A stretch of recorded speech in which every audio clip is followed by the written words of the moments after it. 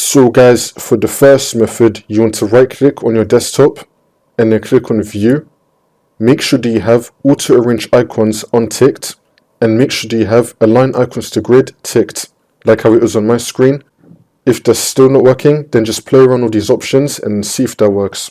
For the second method, you want to go to search and type in registry editor. Click on it and then click on yes. And now once we're here, you can follow everything that I'll be doing up here. So first, you want to expand HG current user. And now you want to expand control panel. And now you want to expand desktop. And now you want to click on window metrics. And now this will come up. You want to find icon spacing. You want to find icon spacing. If you don't have it here, then you want to right click on the white space and then click on new and then click on string value.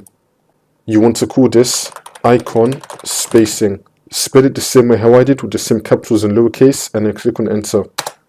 And you also need icon vertical spacing. If you don't have it, then you want to right click on the white space and then click on new and then click on string value.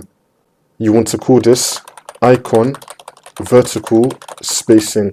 Again, spell it the same way how I did, same capitals and lowercase and then click on enter. I'm going to make this a bit bigger so we can see.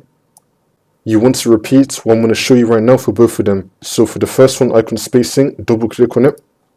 Once this comes up in this box, you want to type in -1125 and then click on enter.